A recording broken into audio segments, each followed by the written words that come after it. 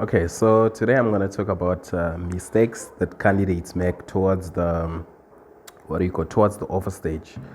Uh, yeah, so I've represented several candidates, right?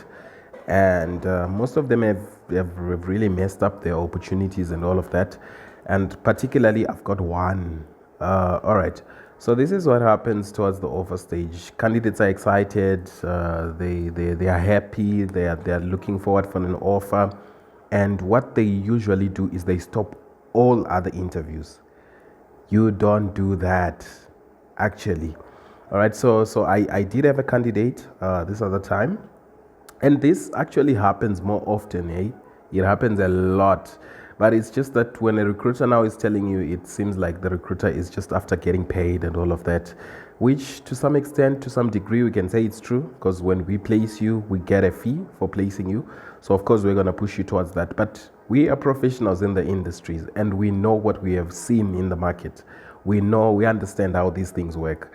All right, so I'll back to the story, right? So I did have a candidate. He did an interview with one of my clients. Then he also had another interview at the side, so with another client, and he went and he did that interview. So we always encourage our candidates to be transparent, so that we can coach them through the process.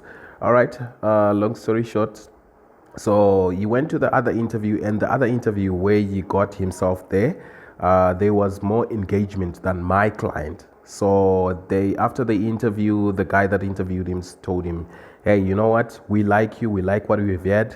We're gonna make you an offer, right?" Then the candidate came back to me and says, "Look, Nash, these guys have promised me they're gonna give me an offer. It was maybe somewhere around Monday. They've promised they're gonna give me an offer by Friday." And I was approaching him on a Monday. He had done also an interview with my client like last week Friday, and that client last week Thursday, and all of that. So he's like, "Look, Nash, I've got engagement this side. They promised. They looked me in the face and they said we're gonna get you an offer.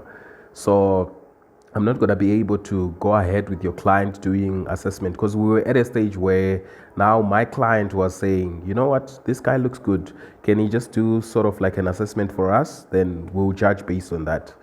Then I told the guy, you know what, don't count your chicks before they hatch, hey? I know that they have promised you an offer, but unless and until you have signed the offer or the contract, you don't count your chicks. You wait, you sign first. So, as much as they have not given you the offer, go ahead with the interview. But candidates being candidates, and he's excited, he's feeling like the other clients, they're wasting his time. These ones are more serious. They just had one interview and already they are telling him that an offer is going to be drawn up and sent to him, while these ones have been interviewing him like the last week, and they haven't given him feedback. Now they want assessments and all of that. Yes, I understand you can be frustrated with the process, but some companies have processes and they have to follow them. All right, so the guy goes ahead. Then I said, okay, but just so you know, if you don't do this thing, if these guys disappoint you, when they come back, it's going to be hard for us to go back to this client. So he's like, no, it's fine. Tell them that I can't commit because already I'm expecting an offer. So we went back to the client.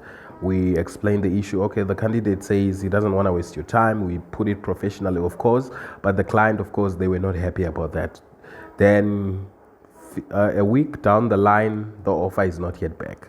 Then the candidate comes back. "Hey, Nash, is that offer still available? Those guys haven't sent me an offer." And now we had to go back to the client.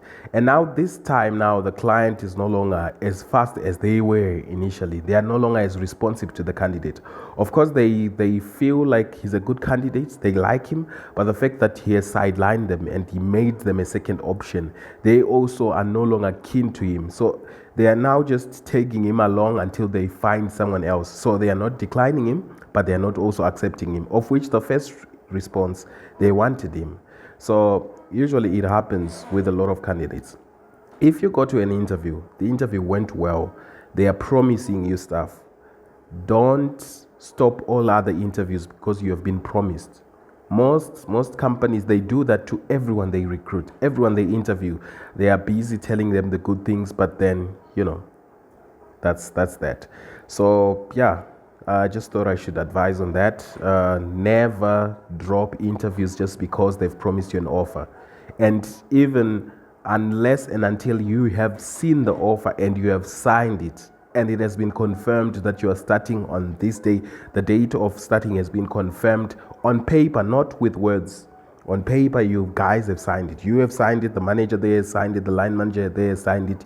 You still don't have a job. Unless you have done that, you don't have a job, don't settle, continue going for interviews. Understood.